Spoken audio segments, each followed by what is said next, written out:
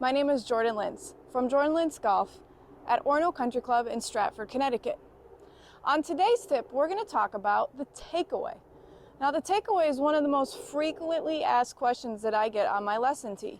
And generally, the students are asking anywhere from, how do I take the club back? What do I use to start it? With my hands? With my arms? Do I take it outside? Up? Do I go around? How do I do it? And many times they have 3 or 4 different ways that they try on a regular basis. Now, we all know that that can't be repeatable, so we're probably not going to see consistent golf balls, ball flight, or direction. So here's a good tip that I like to use. It's going to give you both a feel and a visual of how to get started. A few things that you need is some sort of alignment help. So I have this tee across the ground here. You could use 2 golf clubs, or you could use 2 alignment sticks, but at least have something down on the target line that's going to give you a visual of what is my target, where am I going. So you can see here I'm aimed directly to the L of my JL Golf sign, and I've got also an intermediate visual of this blue pole here that I can look at. That's important because if I'm not aimed at something, I'm probably not going to hit the golf ball where I want it to go. So here's how we get started. I also have the most important factor here is this block. So this is just a regular 4x4 piece of wood, about 6 inches long. And the reason that it's important is because it's a little bit heavy. You could use a yoga block or even another golf ball, but something like this really gives you that feel of the correct muscle group to use, not only the direction to go. So here's how we're going to get started.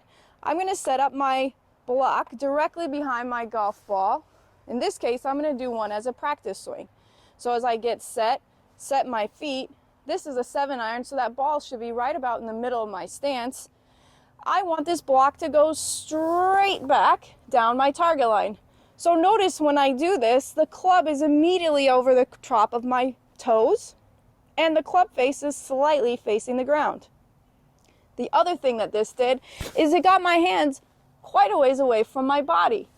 I did not bring my hands in closer, pick the club up, or rotate that club face in any manner. I just started this block back.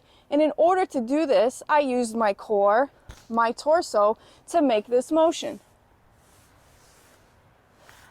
There's not a lot of extra movement going on there, so it should be pretty easy to repeat.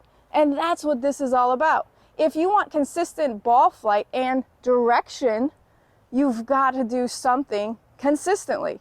So let's try that again with the golf ball. Block is immediately behind my golf ball.